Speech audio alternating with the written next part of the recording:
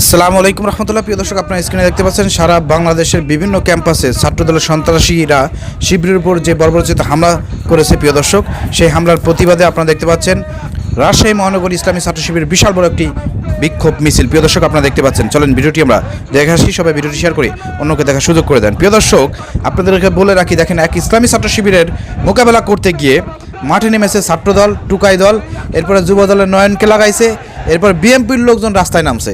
প্রিয় দর্শক, চিন্তা করে দেখেন, তার মানে ইসলামী ছাত্র শিবির এখন কিন্তু আগের মতো নাই, তারা কিন্তু আরও অনেক শক্তিশালী হয়েছে।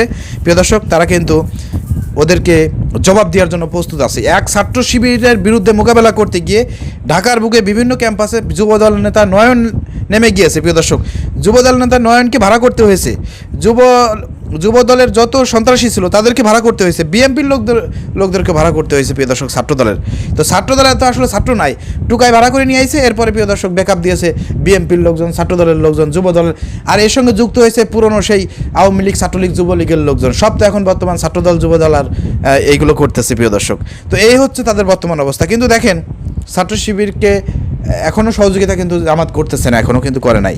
ছাত্র শিবির মোকাবেলা করার জন্য তারা প্রস্তুতি গ্রহণ করেছে। বিএনপির যদি ছাত্রদলের যদি 500 থাকে, শিবিরে 50টাই যথেষ্ট। নারায়ে তাকবীর, আল্লাহু আকবার স্লোগান দিয়ে শুরু হবে অ্যাকশন, একদম ধাওয়া দিয়ে রাস্তা পার করে দেবে ইনশাআল্লাহ। প্রিয় দর্শক, তো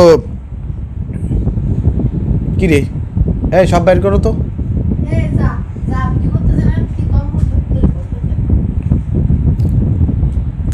অতএব চিন্তার কোনো কারণ নাই।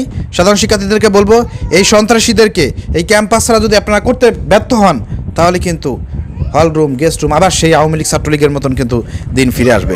অতএব শিবিরের সাথে যুক্ত হয়ে আপনারা দ্রুত এই সন্ত্রাসীদেরকে ক্যাম্পাস ছাড়া করেন।